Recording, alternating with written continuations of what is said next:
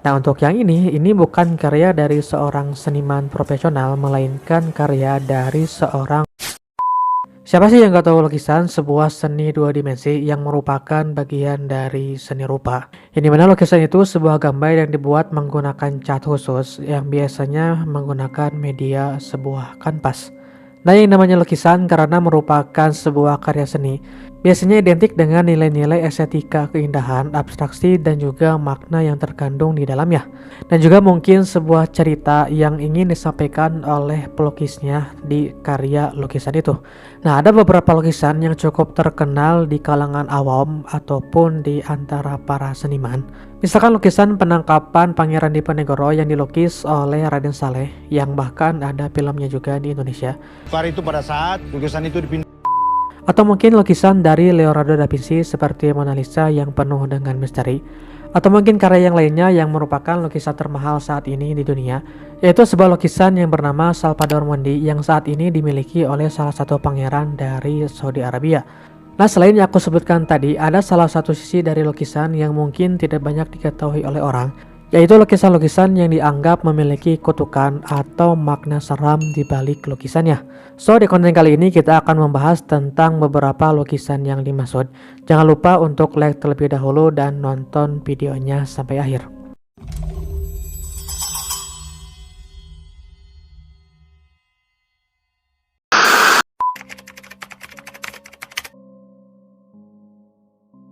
Lukisan ini merupakan sebuah karya dari seorang pelukis asal Italia yang bernama Bruno Amadio.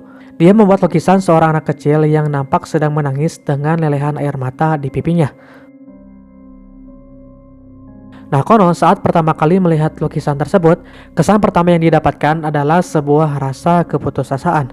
Nah, selain itu, lukisan The Crying Boy ini juga memiliki urban legend tersendiri, yang dimana ada sebuah cerita yang menceritakan konon lukisan tersebut merupakan lukisan yang terkutuk.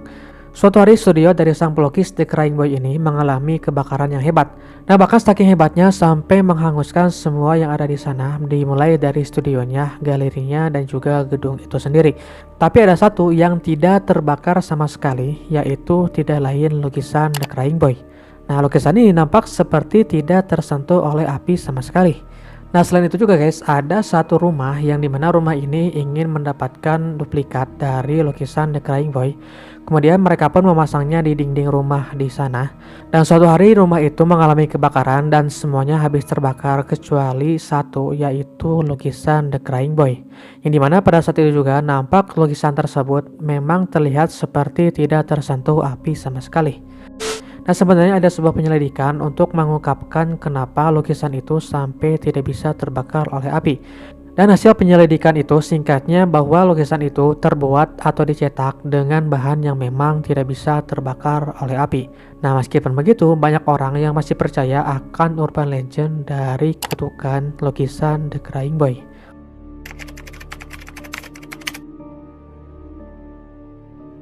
Lukisan ini merupakan sebuah karya dari seorang seniman asal Swiss yang bernama Joe Fuseli. Nah, lukisan dari Joe Fuseli ini memang cukup terkenal sebagai lukisan dengan visual yang menyeramkan. Dalam lukisannya yang berjudul The Nightmare, dia menggambarkan ada seorang wanita yang sedang tertidur. Kemudian nampak di sana ada sosok yang berada di atas wanita itu yang diduga sebagai sosok iblis yang sedang menggoda wanita yang tertidur itu. Nah, sebenarnya Fuseli ini memiliki banyak versi dari lukisan yang seperti itu. Akan tetapi semuanya memiliki tema yang sama, yaitu seorang wanita yang tertidur yang digoda oleh sosok iblis. Lukisan ini merupakan karya dari seorang pelukis yang bernama Bill Stoneham yang merupakan pelukis asal Boston. Dalam lukisan itu, dia menggambarkan ada seorang anak kecil yang berada di depan pintu kaca bersama dengan bonekanya. Sementara itu, di belakangnya atau di balik pintu kaca itu, terdapat tangan-tangan yang terlihat sedang menempel di kaca pintu di sana. Nah, sebenarnya apa sih makna dari lukisan ini? Jadi kata pelukisnya, anak kecil yang ada di lukisan tersebut merupakan dirinya pada saat dia masih berusia 5 tahun. Nah, sementara itu pintu yang ada di belakangnya, pintu kaca yang di belakang itu merupakan gerbang pemisah antara dunia nyata dengan dunia mimpi. Dan juga boneka yang ada di sana, dia merupakan seorang pemandu dan juga sekaligus seorang pengawal bagi anak yang ada di dalam lukisan itu. Lalu yang terakhir, tangan-tangan yang berada di belakang itu merupakan sebuah gambaran dari sebuah kehidupan di alam lain. Lukisan ini dilukis oleh seorang pelukis yang bernama Gustavo Mareo, yang dimana dia terinspirasi dari mitologi Yunani kuno. Nah, dalam lukisan tersebut dia menggambarkan ada seorang manusia yang sedang dimakan oleh beberapa ekor kuda. Jadi lukisan itu menceritakan tentang Hercules yang ditugaskan untuk mencari 4 ekor kuda milik Diomedes. Dan ternyata 4 kuda yang dimaksud itu merupakan kuda pemakan manusia.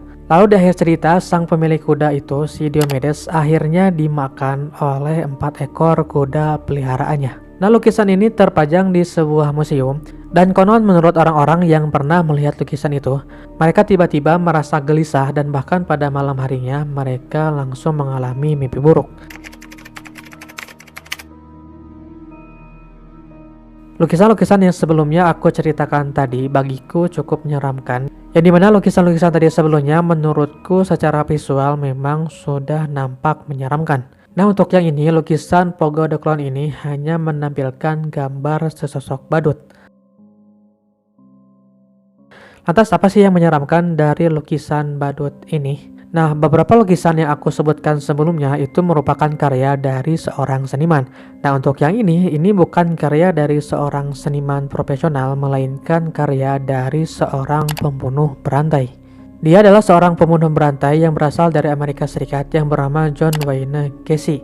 Nah, dia telah membunuh sekitar 33 orang pria dan juga anak remaja di tahun 1972 sampai 1978. Nah, dia dikenal sebagai badut pembunuh karena seringkali menggunakan kostum badut pada saat melakukan aksi pembunuhannya. Dan bahkan dia seringkali mengundang para anak remaja untuk mengikuti pesta di rumahnya. Dan di saat yang sama juga dia langsung menyiksa anak-anak remaja itu bahkan sampai membunuhnya. Setelah melakukan aksi pembunuhannya, dia seringkali membuang jasad korbannya ke sebuah sungai atau menyimpannya di ruang bawah tanah di rumahnya. Dan saking rapihnya, kejahatannya itu baru terbongkar setelah beberapa tahun kemudian. Sampai pada akhirnya pada tahun 1980, dia dijatuhi hukuman mati oleh pihak pengadilan. Nah, sejak dia diputuskan untuk dihukum mati sampai eksekusi itu kan ada beberapa selang waktu tuh. Yang dimana pada saat itu dia masih berada di penjara. Dan pada saat dia sambil menunggu waktu untuk eksekusi, dia pun memulai membuat sebuah lukisan. Dia membuat beberapa lukisan dan yang paling terkenal ini adalah lukisan Pogo the Clown ini. Yang dimana dalam lukisan tersebut dia menggambarkan egonya sendiri yang menyeramkan. So, singkatnya lukisan tersebut dibuat oleh seorang badut psikopat yang merupakan seorang pembunuh berantai. So, itulah beberapa lukisan guys yang memiliki makna seram di baliknya. Dan menurut teman-teman, mana sih yang paling menyeramkan? Coba tulis di kolom komentar. Nah, mungkin ada sebuah lukisan yang memiliki makna yang cukup menyeramkan juga, yang memiliki urban legend sendiri. Jadi mana lukisan itu tidak ada di list ini, teman-teman boleh menambahkannya di kolom komentar. So, terima kasih buat teman-teman yang sudah hadir di channel ini, yang sudah menonton sampai akhir. Jangan lupa untuk di subscribe. Dan juga buat teman-teman yang mungkin punya ide konten lainnya, teman-teman juga boleh ketik di kolom komentar. Mungkin nanti kita akan bahas juga. So, sekali lagi terima kasih banyak dan sampai jumpa di konten selanjutnya.